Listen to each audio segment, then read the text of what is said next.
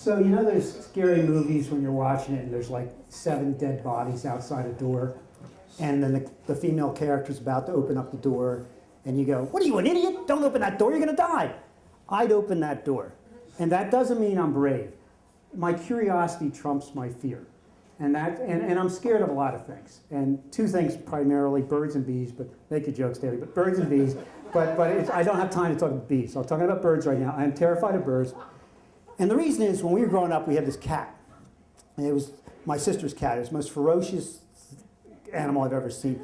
Its name was Lovable. And Lovable killed at least 2 birds a day. I would wake up in the morning, it would drop a bird on my chest. At dinner time, it would jump up, just drop a bird, you know, like on the table. Our neighbors had a bird feeder, which to Lovable was like a fast food drive-in restaurant. And the neighbor would come to my mother and say, you know, "What are you doing?" And my mother would be like, "Lovable?" You know, like there was incredibleness. Ever since then, I thought I had a Birds Has my name focused on me. My mother, I think, to make up for this, when all of us kids moved out of the house and she lived by herself and my father passed away, she got a bird and she named it Bird, and it was a minor bird, and I hated that bird. And my mother was a very sweet lady, would never use her, but I guess because the TV was on, the bird's vocabulary is very insulting, and I took everything directed as me. So whenever I visit my mother, the bird would say like, "Stupid," or "Liar," or "Shut up," you know, so all these things.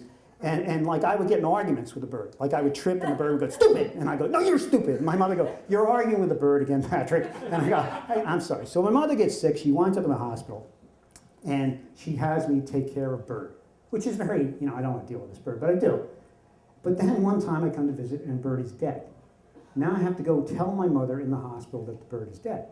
So my mother, I found in a closet she kept of 3 kids, and she kept little shoe boxes of memories of us. So I took the shoe box of me, went into my mother, and talked to her for a while about all our memories. And we were both sentimental and we were talking, and then it clicked to her. She goes, "Did something happen?"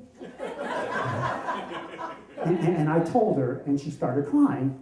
And then she said, "Did you do something?" And I go, "No, I didn't do anything, Bird. No, I wouldn't do that." This brings us to a week or 2 ago. After the big snow, my wife went for 4 days to scrapbook. She could be in Vegas for all I know, but she disappears. It's me, my son Jack, and our crazy dog Daisy, who's a puppy Nova Scotia duck-tolling retriever. These dogs in Canada, the dog can leap 6 feet off the ground. It chases after birds. It loves the snow. And so now I normally sleep in the mornings. My wife does the 6:30, 7 o'clock walks. Because my wife's away, I have to walk the dog. And the dog's like so excited. She's jumping up to the 6-foot snowbanks. The neighbors are coming out to work. She's jumping up and taking poops, which means I have to climb up to a 6-foot snowbank, and the poop is sinking through the snow like acid, and try to grab it because the neighbor, God forbid, we have, you know, so I'm doing that. So I come back to the house.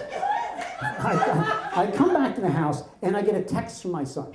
And the text was, "Dad, I'm really sorry. I didn't know how to deal with this, but there's a bird currently in the laundry room." And I'm like, I text him because he knows. And I go, what type of bird? And he's like, "Condor, vulture, raptor, I don't know." Because he thinks he's really funny. So I go to the laundry room. I got Daisy behind me. And I get these oven mitts. Because somewhere I read along the line, you'd screw up the whole family dynamics of birds if you touch them. I don't know. So I got oven mitts. We don't live in some farmhouse. It's like right below Westchester. I go in, I open up the laundry room. My wife's been away. The laundry's all piled up. I don't see anything. Don't see anything. So I'm figuring the bird just collapsed and smell, just died. But then the dog starts going nuts. She starts running around the house. There's like my wife built this like kitchen counter in the middle that we could supposedly eat at. No one's ever eaten that. It's piled with clutter. It's all this crap. Dog jumps up on that, is barking, all the stuff's falling, then jumps over the couch. It's jumping all over the house.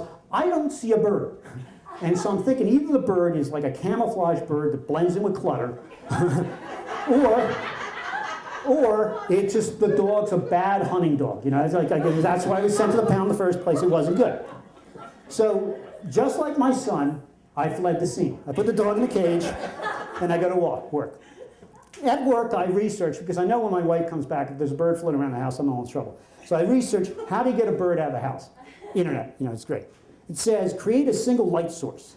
You close all the blinds, you up to the windows, you turn off the lights, you open one door so it has an avenue out. So I do that. I actually see the bird for the first time floating around the front door, and I'm all excited. This confirms my glass is half empty view of the world. What happens then is more birds come into the house. We have a wildlife preserve in my house. All my internet training went out the window. I grab a broom, I let the dog out. We're just chasing birds like crazy. Because the greater fear to me than the birds was my wife coming home and seeing this scene. That was two weeks ago. Tonight, this is why I'm telling this story. Tonight, Daisy jumps through my son's window, chasing after a bird, breaking the window. I'm not kidding. So I have to, being a handyman, I put a cardboard thing with a duct tape around it and say, I got to go to story time. Fled